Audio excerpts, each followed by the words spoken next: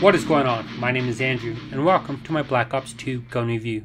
In this video, we'll be taking a look at the M8A1. But before we get started, let's take a look at the assault rifle rankings. The first assault rifle we reviewed was the AA-94, which we ranked as a Tier 1 weapon and placed it as the second overall. The second assault rifle we looked at was the MTAR, which we ranked as a Tier 2 weapon and placed it 4th overall. The M8A1 is based off the real-world assault rifle prototype, the XM8, which was originally developed as a possible replacement for the aging M4 weapons platform. However, the weapon has suffered major setbacks during testing, and the US military has opted to not pursue the XM8 as a possible M4 replacement, instead favoring the weapon's competitors. It is highly unlikely that the XM8 will ever enter service with the US military. In-game, the M8A1 is unlocked at level 49. The weapon is one of the 2 default burst-firing weapons and holds the distinction of being the first 4-round burst weapon in Call of Duty history. The M8's fire rate in burst fire mode is 1250 rounds per minute, and its automatic fire rate is 937 rounds per minute. Damage for the M8 ranks second worst in the assault rifle category with 35 close, which quickly drops off to 24 at long range. Recoil is low in burst fire mode, but can be moderate to high in automatic mode. Select fire is best used in close to mid-range engagements, while burst fire is best in medium to long-range engagements. Time to kill statistically is average, just needing 3 shots to kill close and 6 at range, but due to the weapon's 45 damage range coupled with not all the rounds in a burst hitting its mark, whether due to lag or not being accurate, time to kill can be inconsistent at best. The M8 is not granted a Headshot Multiplier, and therefore headshots are only recommended for the challenges. It is best to always aim center mass. The iron sights are usable, but they are not the cleanest or the clearest. The M8A1 boasts the biggest clip size, but this is due to the fact that it is a 4-round burst weapon. It holds 32 rounds standard and holds 42 with extended mags. Reload time is average, with reload cancelling being highly advisable. Movement speed is average at 95%, and the hip fire spread is low. And now for my recommended attachments. Use stock, as with all the assault rifles, to ensure maximum mobility. If playing in Core, use select fire, as it is a major necessity, for the automatic fire is good in close range engagements, as it ensures you can get the kills, whereas the inconsistency of the burst can cause you to lose winnable gunfights up close. Starting at mid-range engagements, switch back to burst to more accurately hit your target with less recoil. However, even with select fire, it is not recommended to engage more than 2 targets at a time, as compared with the other assault rifles that are automatic. You will be outclassed and easily lose those gunfights. In automatic mode, the M8A1 only outperforms the SMR in the assault rifle category. If playing in hardcore, it is best to stay in burst fire mode so that you can save your point elsewhere in your build.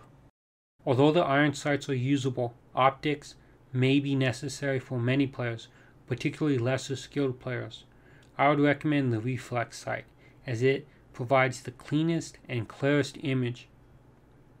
However, you could also use the EOTech sight to maximize the weapon's mid-range performance, along with its recoil reduction benefits. I would not use the other sights, as they may hinder your view, and if you need long-range engagement capabilities, I would recommend taking the hybrid, as it offers you the benefit of the reflex for up-close to medium-range engagements, while allowing you to use the ACOG for long-range engagements. However, with the hybrid, you do not have the recoil reduction benefits of the ACOG when using the ACOG. Other attachments that work well with the M8A1 are grip, fast mags, and extended mags. Although the other attachments are fully usable, you do not gain anything that makes the weapon more enjoyable to use or better performing. 3 attachments are recommended with this class for most users, as you should take both stock and select fire along with another attachment that suits your playstyle. For perks, Scavenger is not only a nice thing to have, but it is essential with this weapon. The M8A1 eats through a lot of ammo relatively quickly, and you will need the additional supply of ammo unless you plan to always be looking for a new weapon. Toughness is a good choice for its flinch benefits. Flak Jacket is good to use to mitigate explosives, along with tactical mask to avoid concussion and flashbangs, along with shock charges. Recommended usage in class. I would not recommend the use of the M8A1 as a standard core weapon. The weapon is very inconsistent in its ability to kill and uses way too much ammo to get kills. It is also a hit marker machine. Many of your kills will be stolen by more efficient weapons. Although this may be an effect of lag, in talking with other gamers of similar and greater skill level than myself, the conclusion is the same. The M8A1 is an inconsistent weapon. I recommend that it is best to use the M8 as a hardcore weapon, so as to maximize the weapon's killing potential, as it will kill in one burst. However, it will still have the occasional rage-inducing hardcore one-burst hit markers. I feel that the weapon is extremely inconsistent in close-range engagements, in both burst and auto modes, even though statistically it is supposed to be good. Therefore, for my core class, I am recommending that you make use of the Overkill wildcard and take a weapon that is better suited for close-range engagements, such as a SMG or shotgun, and leave long-range engagements to the M8A1. Even though the automatic fire of the M8 is usable up close, you will lose many engagements you should have won, and you will not be able to reliably or consistently engage multiple targets. Overall, I rank the M8A1 as a disappointing Tier 3 weapon, at the number 8 position, barely ahead of the number 9 assault rifle. At the start of the game, the M8A1 wasn't a bad weapon, and even outclassed the SWAT 5.56. However, once Treyarch started changing weapons, the M8 quickly fell behind the other assault rifles. It is best to only use the M8 to get it gold for diamond assault rifles, and then use more reliable weapons on a day-to-day basis. This will not only make your life easier, but will make gaming more fun. Although the M8 is entirely usable, it's just that there are better performing weapons out there, and you should use a better performing weapon to have a better gaming experience.